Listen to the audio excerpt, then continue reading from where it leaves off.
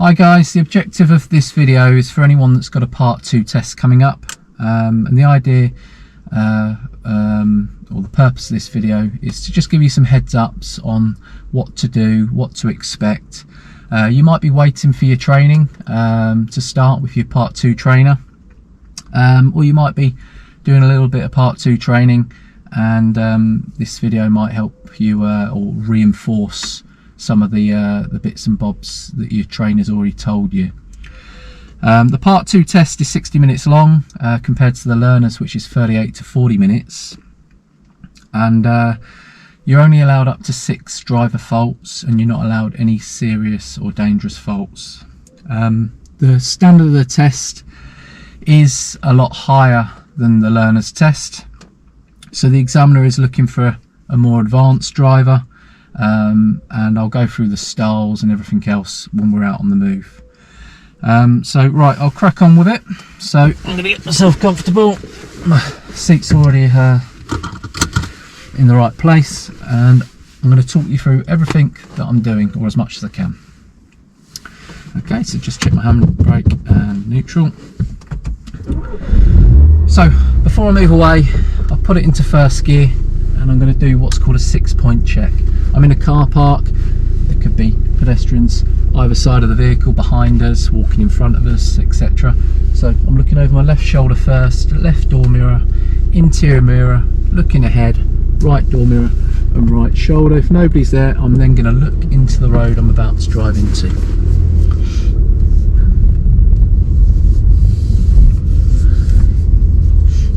So as I'm coming down this downhill, I'm just anticipating what might be coming out of that car park, and just checking my mirror before I'm slowing down.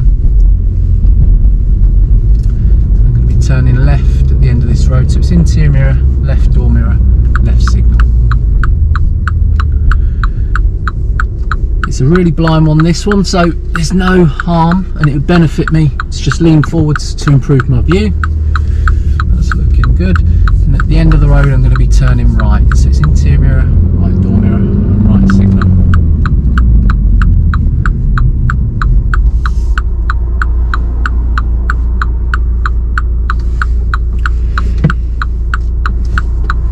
I've got a nice gap there, so I just put my handbrake on because I was pausing briefly. And then new road, new mirrors, interior mirror, right door mirror when we enter a new road. Check these mirrors again for this van that's sticking out a little bit because I had to change my direction. So you're always checking your mirrors before you adjust that steering wheel, basically. If you follow that rule, you shouldn't go too far wrong when it comes to changing direction. You use the mirrors beforehand. The roundabout coming up, I'm just following the road ahead, so again just glancing in the mirror. And I'm trying to time my approach, so by the time I get to this mini roundabout, I haven't stopped. I've kept the car moving. My mirrors, because I'm coming off a roundabout, should I say. And now at the roundabout I'm going to be turning right, so it's going to be interior mirror, right door mirror, and once I know there's nothing else ahead, I'll put a signal on, i.e. turning on the right, and I'm just slowing down gradually, checking the roundabout nice and early, and again I'm trying to time that approach so I don't stop.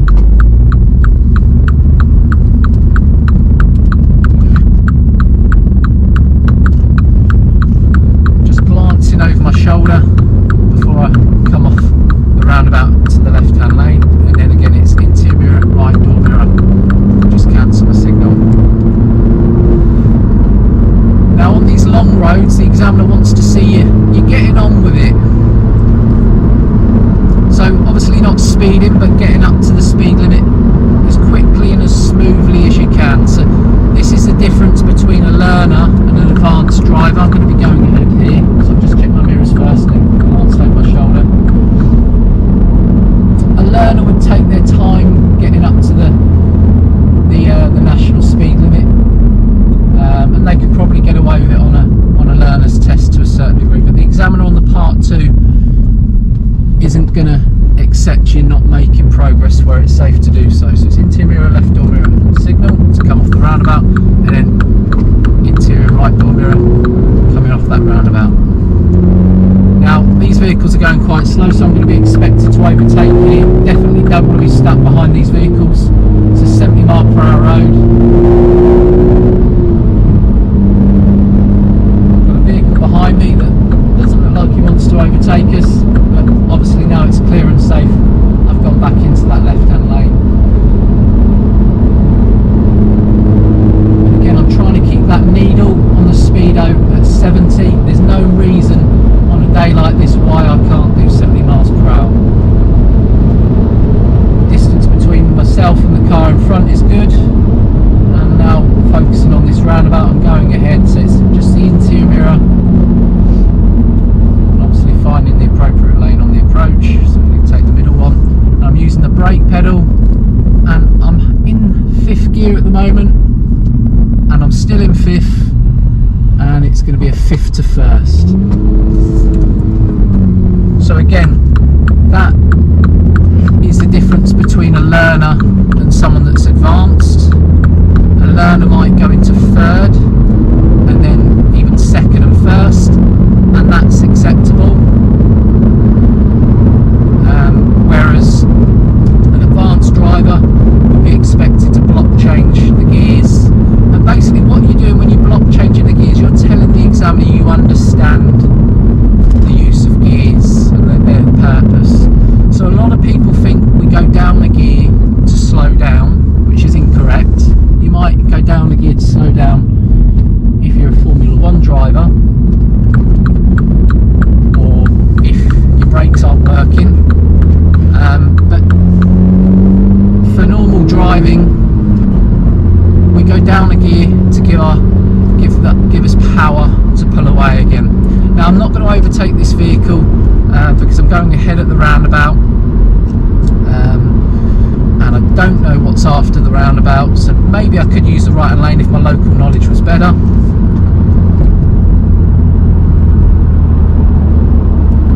So I'm in 4th at the moment. Just checking the roundabout. I'm not going to go into 3rd yet, and now I'm going to choose my 3rd gear. It looks like I'm going to need to overtake this taxi when I come off the roundabout. So it's interior mirror, right door mirror, and right signal nice and early. And let's get on with it and overtake this taxi. Now I'm in 4th, and I've got up to 60 quite comfortably, so I've done a block change up this time from 4th to 2nd. I'm now doing 70, so if you've got quite a powerful vehicle, you can block change going up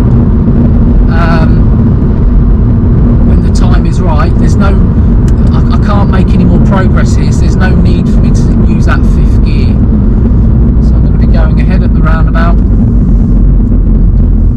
Again, I'm just always checking my mirror on the approach to the roundabout, and then interior mirror, left door mirror, signal, and then interior mirror, right door mirror to come off. And about now we just check our mirror again, and again I'm getting on with it. You can go as far, or I've heard in the past some examiners for a part 2 saying, I want you to, or I'd like to see people drive as if they've stolen the car. Now that's a little bit over the top, perhaps. I'm sure they wouldn't say that in front of other DVSA officials. But what the examiners in the past have emphasised, or they're emphasising, is they don't want to see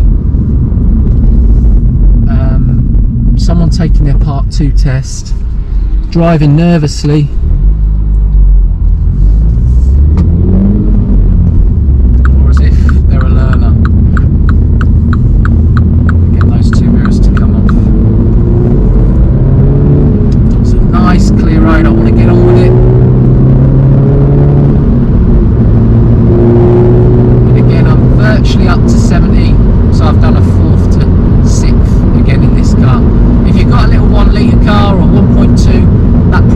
possible.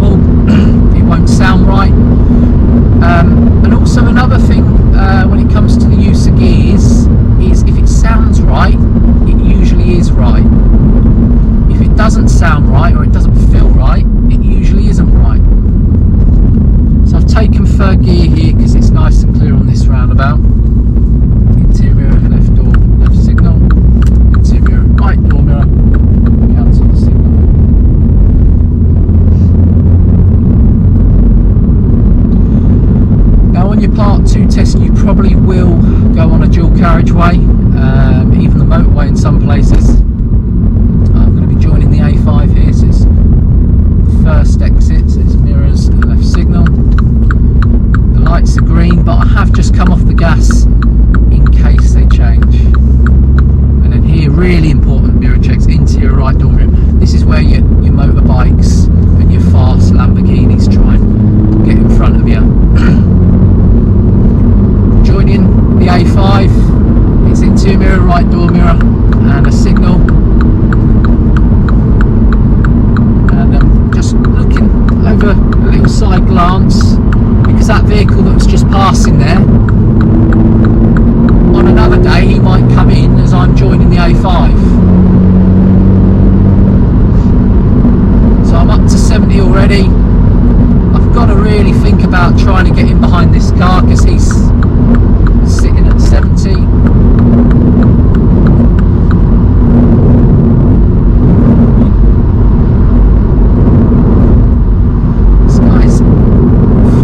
This is always an awkward one. This guy's ticking along at 67, so it's mirrors, shoulder, cancel the signal. I'm being very mindful of that speed at the moment because he's doing 67, I'm now doing 70. I am overtaking these vehicles, what I'd say, cleanly, so it's good to stay in this right hand lane. Now I've got to work out, can I stay in this right hand lane any longer? Am I gaining on that orange lorry? Yes I am. Alright, I'm going to sit in this right hand lane just a little bit longer and clear that orange lorry.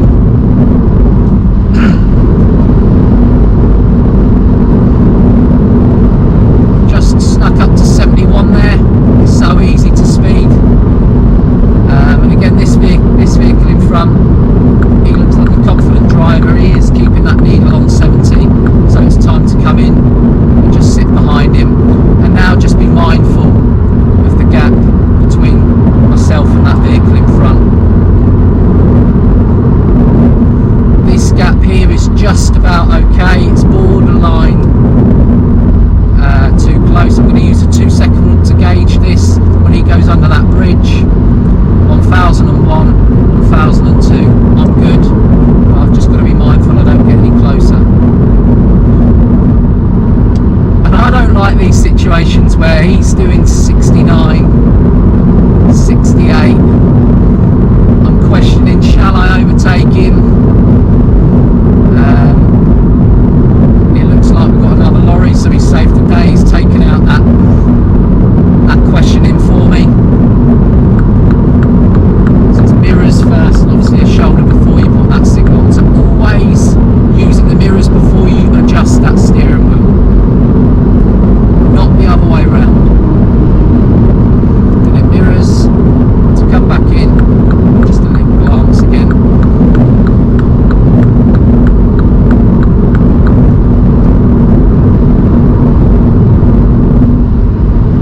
So on a long road like this, we're checking our mirror every 4 or 5 seconds. Now you can ask 10 instructors, when should you check your mirror on this road, on these type of roads, and they'll all give you probably slightly different answers. The highway code says obviously checking the mirrors when necessary, when there's a developing hazard like here, checking my mirror, this vehicle's going to come in front. I'm just going to move over to the right hand lane. Because he had no intentions of going behind us. And again, it's an awkward one. He's pretty much at 69 miles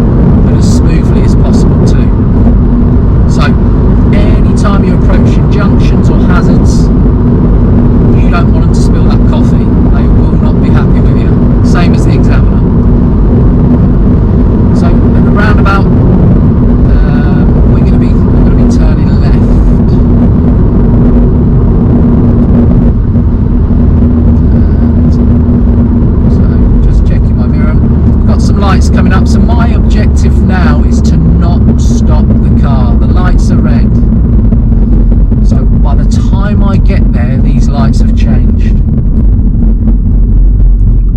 There's no need for me to tank it and then just stop at the line. I'm in 6th gear. I've put the clutch down just about 15 meters, 20 meters ago, and now I'm in 1st. I'm creeping just a little bit. Again, I don't want to go over that line. And here I'm just checking both door mirrors. Signal come off.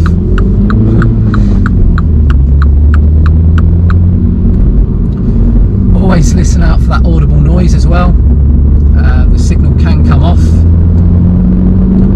Now, if I'd have turned left without that signal on, luckily I remembered, but if I'd have turned left without that signal on, most likely a serious fault.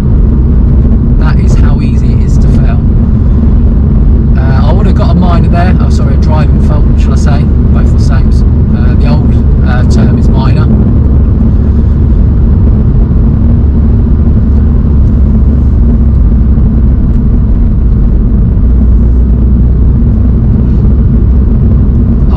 So focused on not stopping there, keeping it creeping, I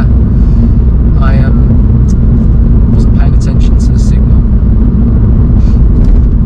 But that's all it takes is 1 second of switching off. I'm going to be going ahead at the roundabout, using the brake pedal first and then my clutch. If you put that clutch down too early, you're going to get a fault for coasting. That examiner sees you putting that clutch down too early regularly, he'll 2 or 3 of them and he'll make that serious for you. So I'm going to be going ahead at this roundabout. So it's the usuals: interior left door mirror, left signal, and then interior right door mirror as I come off. Cancelling that signal if it doesn't cancel itself.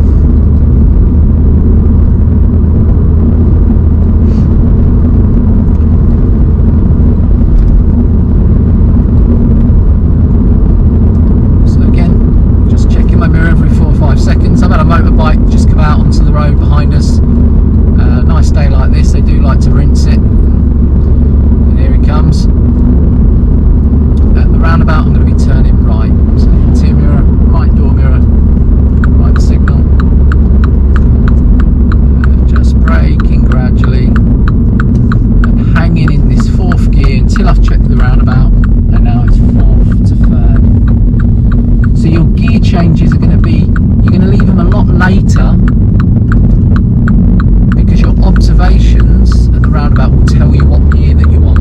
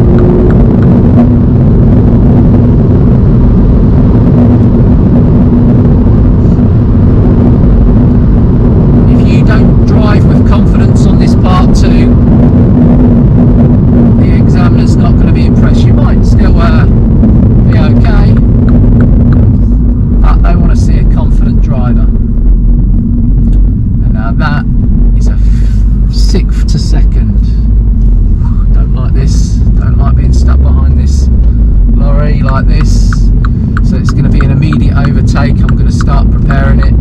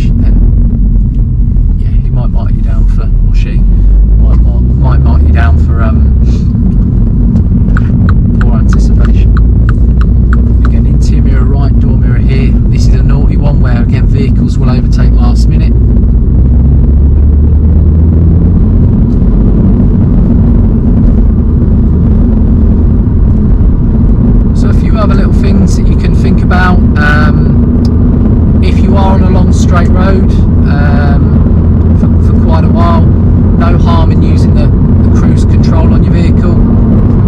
Those sort of little things will impress the examiner. You know, there's more and more technology on vehicles now, and it's there to be used, so don't think you can't use it. Same as reversing cameras and stuff like that. As long as you're using them correctly, and you're not staring at the reversing camera, you're still doing the effective observations, not a problem.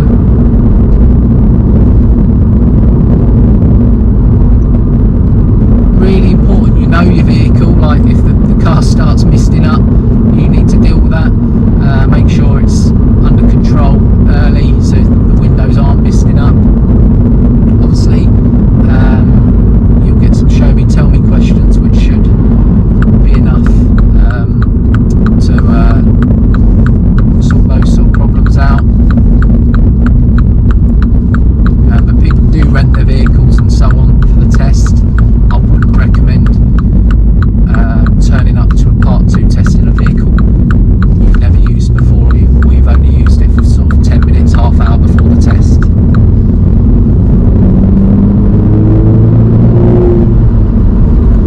Got a bend coming up here, so it's a gradual one, so I'm just coming off the gas. I'm just telling the examiner I'm thinking about what's around the bend. So everything you do with this vehicle is in a way communicating with that examiner what you're thinking. So I'm going to be following the road ahead to interior mirror.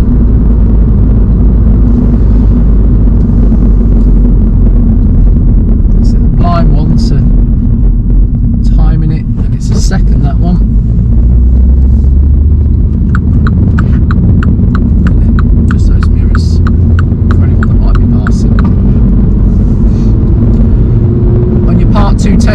examiner will be taking you around areas, various areas. So you'll get some built up areas like we're going into now. They will definitely get you out onto some faster roads, most likely a little bit of countryside as well.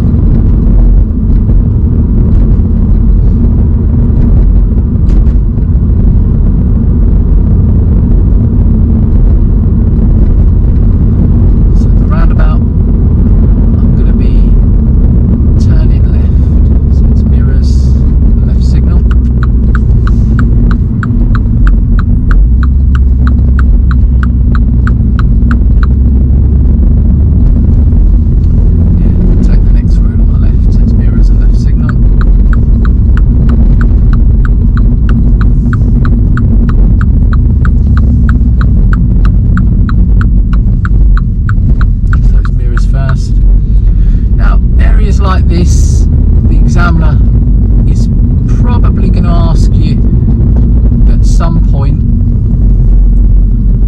to pull up on the left at a safe place where you'd leave your vehicle. So when they say that to you, don't rush yourself. He hasn't or she hasn't said pull up on the left at the first available opportunity. They're just saying pull up at a safe place. So if you keep missing opportunities to pull up, then they may sort of reinforce and say, look, you kind of need to pull up soon. But whatever you do, don't rush it.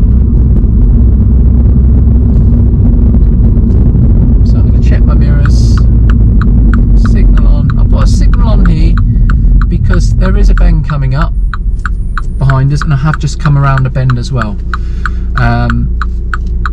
Car stationary, it's always handbrake first, then neutral, cancel the signal. So it's 1, 2, 3. Then once we've stopped, the examiner will say to you, when you're ready, drive on. So it's my POM routine, preparation, observation.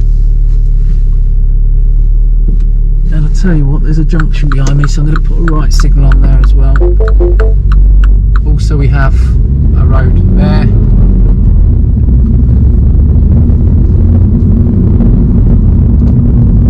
Again, a little bit debatable, should you put a signal on? Nobody was there, but there was junctions quite close to where I was moving away from. So I'm just going to play it safe and put a signal on there. If there was no junctions around us, it was a nice clear road, you wouldn't need a signal to pull up. You don't need to signal for squirrels and sparrows and hedgehogs, but we do need to signal for other road users. So if nobody around you whatsoever and you're very sure of that, don't need a signal to pull up, don't need a signal to move away. I'll try and find an opportunity where I can pull up and I don't need a signal.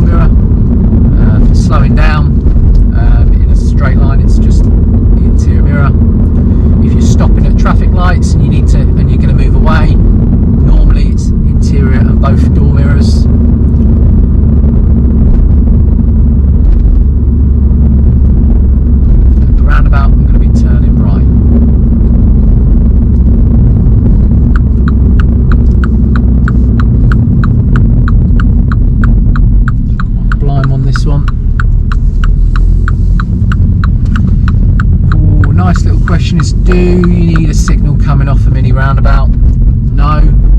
Why? You'd be lucky if you get one flashing. For example, that one, I'd have got one flashing, and it's not enough to benefit another road user. If the roundabout's larger and you think, you know, you're going to get 2 or 3 flashes in and it'll benefit someone, then of course every area, every roundabout is always slightly different. So you know, it's not a rule for every mini roundabout, but a general rule which will serve you well for sort of 9 out of 10 mini roundabouts.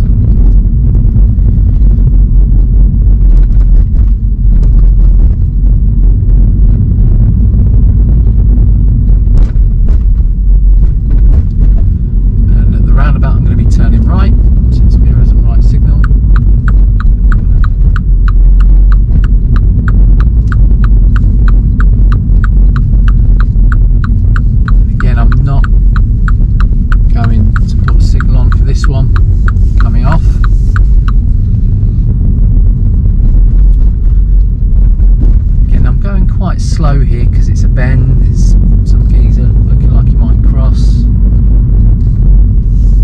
so I'm just sort of saying to the examiner, look, I'm thinking about it. He's, you know, looking in that direction, so, and my speed reflects what's happening on the road or near the road. Again, this is quite narrow, so I'm not going to go anything faster than 20 here. Anytime you're touching that brake pedal, even if it's a small road hump, we should be checking that mirror.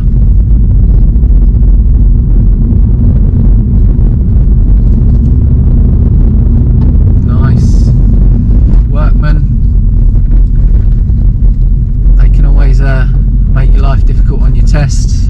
So he's got a stop sign, he's moved away, it's my lucky day. Temporary roadworks can be a nightmare on your test, because often the workmen don't place the cones or the posts in the right direction. Hard to give you any advice there apart from just check your mirror, come off the gas, to give yourself a little bit more thinking time to work it out. There's no harm, you know, if it looks a little bit unusual, it's better to just come off the gas and purchase some thinking time rather than rushing into it. I'm going to be turning right here. Again, I'm going to time my approach so by the time I get here, that vehicle's passed, that signal come off there. So just remember to always put your signal on if it comes off. Steering, obviously a question that gets asked a lot, can you cross your hands? You can. It's preferred not to though. So the examiner would rather see you not cross your hands, but if there's no fault in your driving, he can't mark it or she can't mark it. But you really want to be demonstrating on this drive how you're going to be teaching your learners. And if you're crossing your hands, if I was an examiner, I'd be thinking, oh, is this guy going to be teaching his learners to cross his hands as well for no reason? There are times, you know, when manoeuvring maybe you might cross your hands, but really, you know, if you're doing everything correct, you shouldn't. There's no need to. So I'm just going to reverse back, so reverse into this bay, and I'm going to do my 360 observation before going backwards, and I am looking around like it's an ant's nest full of kids. They've just finished school. Don't want to be looking in the mirrors too long.